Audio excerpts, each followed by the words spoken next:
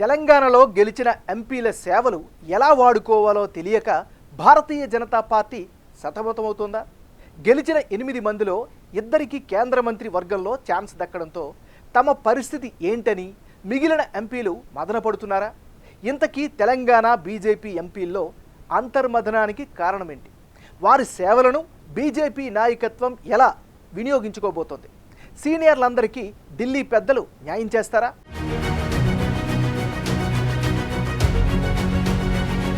తెలంగాణ లోక్సభ ఎన్నికల్లో బీజేపీ అనుకున్న లక్ష్యం డబుల్ డిజిట్ స్థానాలు సాధించలేకపోయినప్పటికీ 8 లోక్సభ స్థానాల్లో విజయం సాధించి ఫుల్ జోష్ మీదుంది. గెలిచిన ఎంపీల్లో కిషన్ రెడ్డి, బండి సంజయ్లిద్దరూ కేంద్ర మంత్రివర్గంలో చోటు సంపాదించుకున్నారు. ఇక మోదీ కేబినెట్లో మంత్రి పదవి దక్కుతుందని ఆశించిన నేతలు డీకే అరుణ, ఈటెల రాజేందర్లకు నిరాశే మిగిలింది.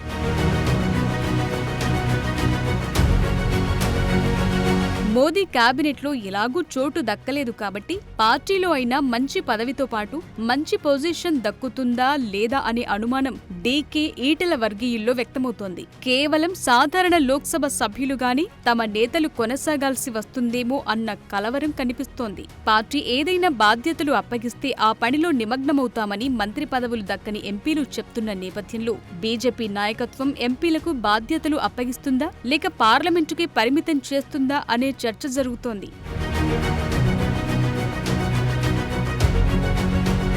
మల్కాజ్గిరి నుంచి ఎంపీగా గెలిచిన ఈటెల రాజేందర్ రాజకీయాల్లో 20 ఏళ్లకు పైగా అనుభవమున్న నేత. అప్పట్లో టీఆర్ఎస్ శాసనసభాపక్ష నేతగా, ఉద్యమకారుడిగా పనిచేసిన అనుభవముంది. ఇక తెలంగాణ రాష్ట్రం ఏర్పడిన తరువాత కీలకమైన ఆర్థిక, వైద్యారోగ్య శాఖ బాధ్యతలు నిర్వహించారు. ఈ నేపథ్యంలో ఈటెల రాజేందర్ అనుభవాన్ని బీజేపీ ఎలా వినియోగించుకుంటుందనే దానిపై ఇప్పుడు ఆసక్తికరమైన చర్చ జరుగుతోంది. రాష్ట్ర అధ్యక్ష పదవి పగ్గాలు బీసీలకు అప్పగిస్తారనే ప్రచారం జరుగుతున్న నేపథ్యంలో ఈటెలకు పార్టీలో ప్రాధాన్యత దక్కుతుందా లేదా అనేది ఆసక్తి రేపుతోంది.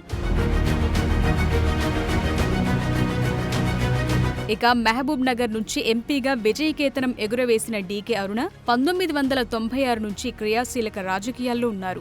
3 సార్లు ఎమ్మెల్యేగా, ఒకసారి ఎంపీగా గెలిచిన డీకే అరుణ కాంగ్రెస్ పార్టీలో వైఎస్ఆర్, రోసయ్య, కిరణ్ కుమార్ రెడ్డి హయాంలో మంత్రివర్గాల్లో పనిచేసి ప్రజల్లో తనకంటూ ఒక స్థాయిని సంపాదించుకున్న నాయకురాలు. ఇప్పటికీ ఆమె పార్టీ జాతీయ ఉపాధ్యక్షురాలిగా ఉన్నప్పటికీ ఆ పదవితో సంతృప్తిగా లేరంటున్నారు. గద్వాల జేజమ్మగా పిలుచుకునే అరుణకు కేంద్ర కేబినెట్లో స్థానం దక్కని నేపథ్యంలో పార్టీ ఎలా ఆమె సేవలు వినియోగించుకుంటుందోననే చర్చ జరుగుతోంది. నిజామాబాద్ పార్లమెంటు నుంచి 2సారి ఎంపీగా గెలిచిన ధర్మపురి అరవింద్ రాజకీయ కుటుంబం నుంచే వచ్చారు. తండ్రి డి శ్రీనివాస్ ఉమ్మడి ఆంధ్రప్రదేశ్లో పీసీసీ అధ్యక్షుడిగా పనిచేశారు.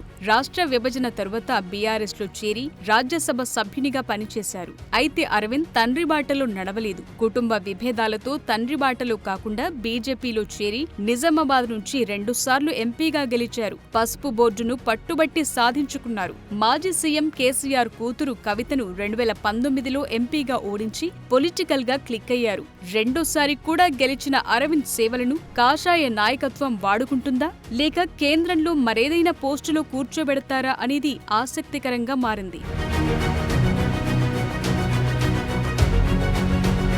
ఇక జర్నలిస్టుగా, టీచర్గా, అడ్వకేట్గా పనిచేసి మంచి పేరు తెచ్చుకుని రాజకీయాల్లో ఎంట్రీ ఇచ్చిన రఘునందన్ రావు 2021లో దుబ్బాక ఉప ఎన్నికల్లో ఎమ్మెల్యేగా గెలిచారు. మళ్లీ అదే స్థానం నుంచి ఎమ్మెల్యేగా పోటీ చేసి ఓడిపోయి మొన్న జరిగిన పార్లమెంట్ ఎన్నికల్లో మెదక్ నుంచి ఎంపీగా గెలిచారు. పదునైన మాటలతో ప్రత్యర్థుల విమర్శలను గట్టిగా తిప్పికొట్టగలిగే చాతుర్యం, ఏదైనా విషయాన్ని క్లారిటీగా జనంలోకి తీసుకెళ్లే నాయకుడిగా గుర్తింపు పొందిన రఘునందన్ సేవలను పార్టీ కోసం వినియోగించుకుంటారా లేక ఎంపీ పదవితోనే సరిపెడతారా అన్నది చూడాలి.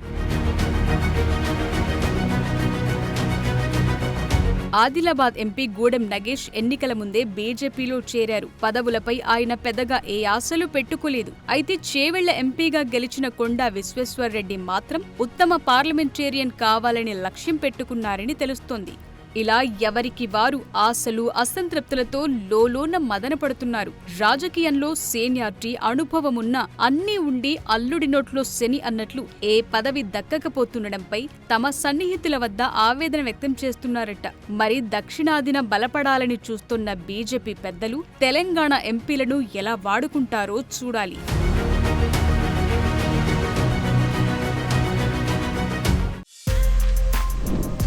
For more videos like this, subscribe Big TV channel.